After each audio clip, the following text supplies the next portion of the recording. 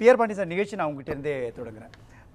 இப்போது பருவமழை பெய்ய தொடங்கியிருக்குது. இன்னும் சில நாட்களில் ஒரு பெரிய புயலை தமிழ்நாடு சந்திக்க இருப்பதா சொல்கிறாங்க.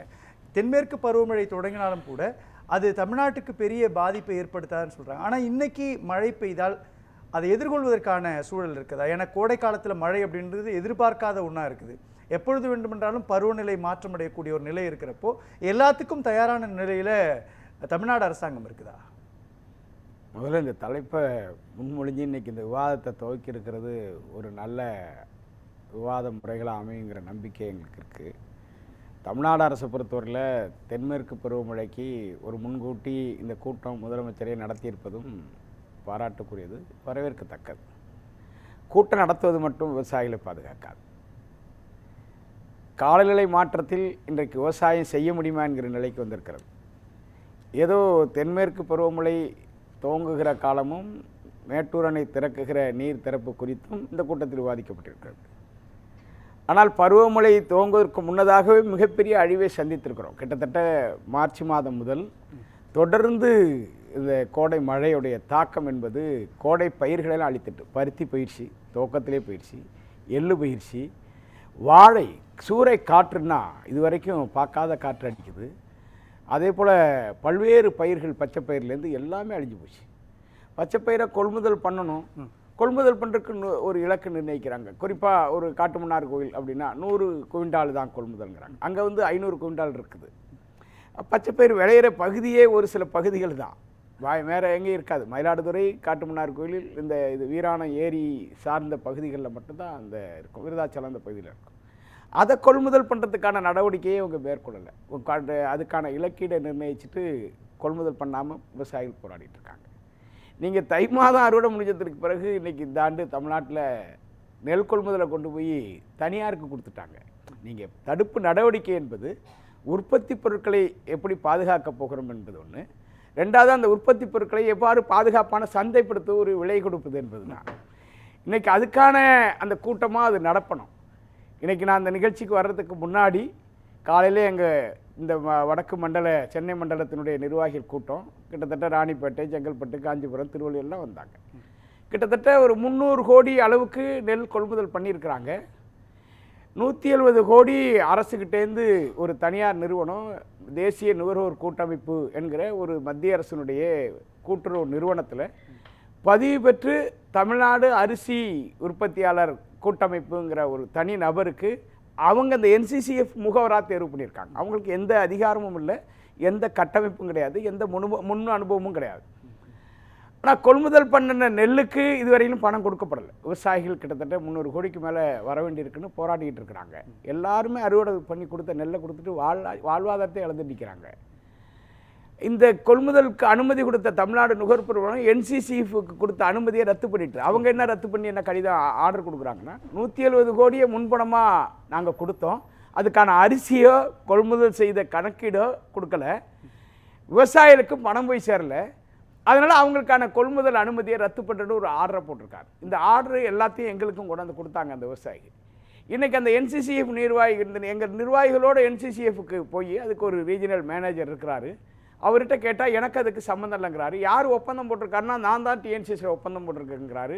இடைத்தரகராக இன்னொரு நிறுவனத்தை ஒரு அமைப்பை நான் ஒப்பந்தம் போட்டிருக்கேன், அவங்க தான் அதை கொள்முதல் பண்ணாங்கன்னாரு.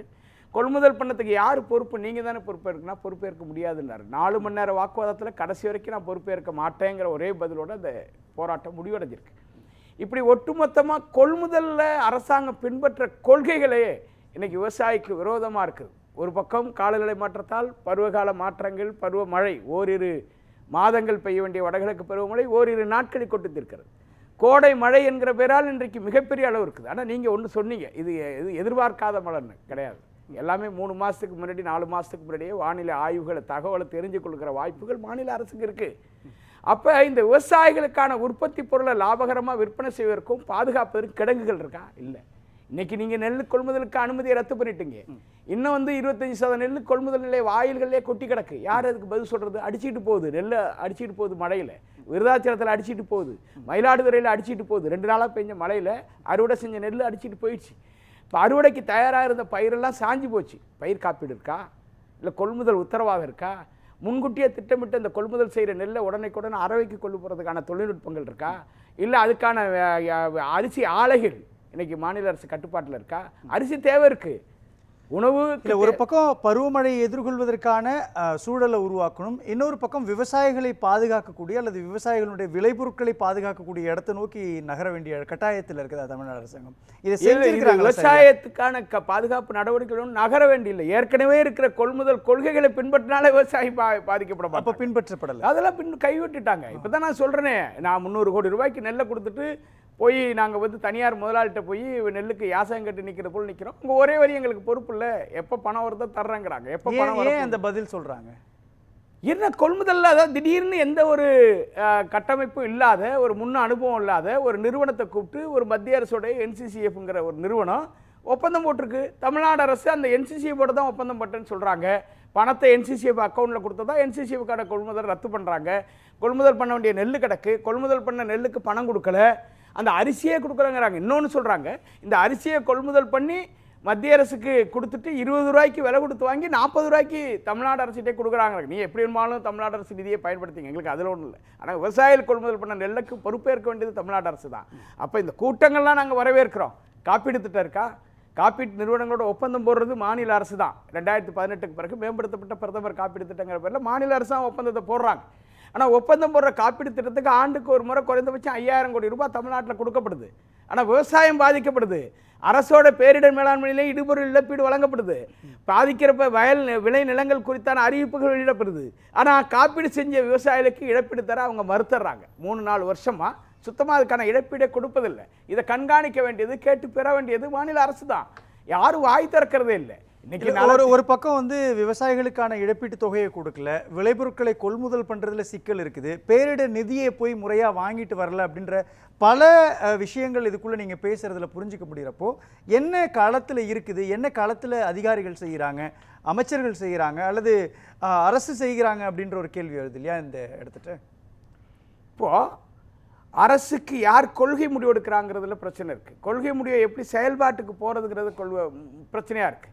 அரசுக்கும் அதிகாரிகளுக்கும் நிர்வாக ரீதியான முழு உடன்பாட்டோடு நடக்குதாங்கிற பிரச்சனை இருக்குது. அமைச்சர்களுக்கும் துறை அதிகாரிகளுக்கும் உறவு நிலை இருக்காங்கிற பிரச்சனை இருக்குது. பணி மாறுதலை பார்த்தீங்கன்னா நீங்கள் ஒரு 6 மாதத்துக்குள்ளே பணி மாறுதல் நடந்துக்கிட்டே இருக்கும்.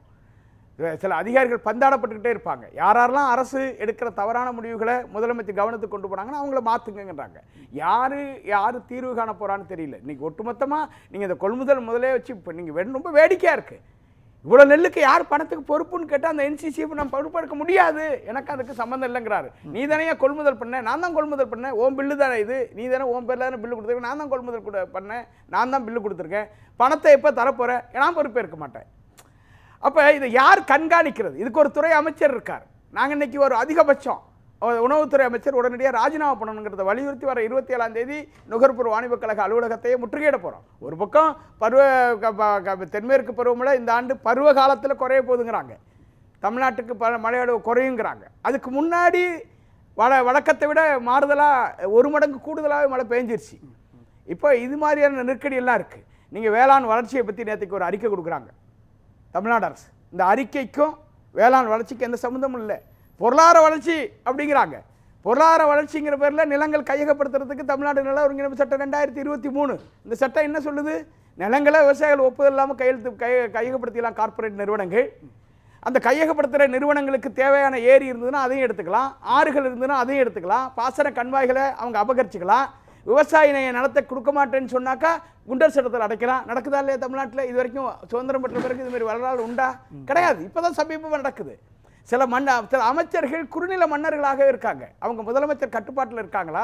முதலமைச்சருக்கு இந்த செய்திகள்லாம் போகுதா? முதலமைச்சரை பொறுத்தவரையில் அவர் வந்து எந்த நேரத்துலையும் அவர் தெளிவாக இருப்பார், விவசாயிகளுக்கு துணையாக இருப்பாங்கிற அந்த நடவடிக்கை இருக்குது. ஆனால் இப்படி விவசாயிகளுக்கு விரோதமான திட்டங்களை சட்டம் போட்டு நிறைவேற்றுற போது அதை ஏன் அவர் புறக்கணிக்கிறாரு, இல்லை அவர் கவனத்துக்கு போகலைங்கிற அச்ச விவசாயிகள்கிட்ட இருக்குது. இது எல்லாமே தேர்தல் களத்தை நோக்கி போயிட்டு இருக்க நடவடிக்கை. நீங்கள் பண்ணுற திட்டங்கள், நீங்கள் அறிவிக்கிற அறிவிப்புகள் எதுவும் எங்களுக்கு சேராது. நீங்கள் விவசாய வளர்ச்சி என்ன வளர்ச்சி? மத்திய அரசினுடைய புள்ளியியல் துறை என்ன சொல்லியிருக்கு? 0.09 மைனஸ். இதுதான் வளர்ச்சி தமிழ்நாட்டில் விவசாய வளர்ச்சின்னு சொல்கிறாங்க. நீங்கள் விவசாயத்தை நம்பி இருக்கிறவங்க கிட்டத்தட்ட 80 கோடி பேர், வணிகர்களும் எல்லாருமே விவசாயத்தை நம்பி தான் இருக்கிறோம். ஆனால் 20% பேர் தான் அரசு ஊழியராக இருக்கிறாங்க, மாற்று தொழில்கள் இருக்கிறாங்க. இப்போ அவங்களுடைய பொருளாதார வளர்ச்சி, தொழில் வளர்ச்சி பெருகுது, வேலைவாய்ப்பு பெருகுதா? இல்லை வேலைக்கு உரிய சம்பளம் கொடுக்கப்படுதா? தனியார் நிறுவனங்களில் சம்பளம் கேட்டு போராட்டம் நடத்த முடியுதா? இந்த கொடுமைகள்லாம் நம்ம சந்திச்சிருக்கிறோமா? கழிவறை கேட்டு நான் 20 வருஷம் கழிச்சு தொழிற்சங்கங்கள்லே போராட்டம் நடத்துகிறாங்க, சிறையில் பிடிச்சி வைக்கிறாங்க, கடுமையான காவல்துறை தாக்குதல் நடக்குது. சரி, அது நடக்கட்டும், அது தொழிற்சாலைங்கிற பேரில் நீங்கள் தொழிற்சாலைக்கு இதாக இருங்க. நீங்கள் எந்த நாட்டில் அது உண்டா? 8 மணி நேரம் வேலை, 8 மணி நேரம் ஓய்வு, 8 மணி நேரம் உறக்கம் என்பது உலகளாவிய ஒரு கொள்கை, அதுக்கு சட்டம் கிடையாது. இந்த கொள்கையை எந்த நாடும் மாற்ற முடியாது. ஆனால் தமிழ்நாட்டில் வந்து 12 மணி நேரம் மாற்றுறோம். மாற்றி சட்டமன்றத்தில் தீர்மானம் நிறைவேற்றிட்டு முதலமைச்சராக அறிக்கை கொடுத்தாரு. நான் திடீர்னு எனக்கு அந்த தீர்மானம் வந்தோன்னே நான் என்ன செய்யறது புரியாமல் நான் என் அறைக்கு வந்துட்டேன்னார். மறுநாள் முதலமைச்சர் சொல்லிட்டு திரும்ப பெறுறேங்கிறாரு. பரிதாபப்படுறேன், நான் முதலமைச்சரை பார்த்து பரிதாபப்படுறேன். கிட்டத்தட்ட 50 ஆண்டுக்கு மேலே அவர் இந்த மக்களுக்காக, இந்த கிட்டத்தட்ட கலைஞருடைய அடுத்த இடத்துல இருந்து செயலாற்றியவர். ஒன்று அவருக்கு அனுபவம் இல்லாமல் போயிடுச்சா, இல்லை அவருக்கு திறமை இல்லாமல் போயிடுச்சா, இல்லை அவர் அனுபவத்தையும் செயல்பாட்டையும் முடக்கிறாங்களா? இதை பற்றியெல்லாம் அவர் சிந்திக்கலை அப்படின்னா தமிழ்நாடு மக்களுடைய ஒட்டுமொத்த எதிர்ப்பையும் இன்றைக்கி தமிழ்நாடு அரசு சந்திக்க வேண்டிய நெருக்கடி ஏற்பட்டிருக்கு. ஏன்னா மத்திய அரசு காவிரி பிரச்சனை, முல்லை பெரியாறு பிரச்சனை, காவிரி டெல்டா பாதுகாக்கப்பட்ட மண்டலம், இதெல்லாம் நாங்கள் வந்து கடந்த ஆட்சி காலத்திலே இந்த உரிமைகளை பெற்றுட்டோம். இன்றைக்கி பெற்ற உரிமைகளை பாதுகாக்கிறதுலாம் எங்களுக்கு பிரச்சனை இருக்குது. அதனால் இன்றைக்கி அந்த அடிப்படையில் தான் விவசாயியோட பிரச்சனை. ஒரு பக்கம் காலநிலை மாற்றம், ஒரு பக்கம் அரசினுடைய விவசாய விரோத கொள்கைகள் செயல்பாடுகளால் ஒட்டுமொத்த தமிழ்நாட்டு விவசாயிகளும் வாழ முடியுமா என்கிற அச்சத்துக்கு தள்ளப்பட்டிருக்காங்க. நன்றி.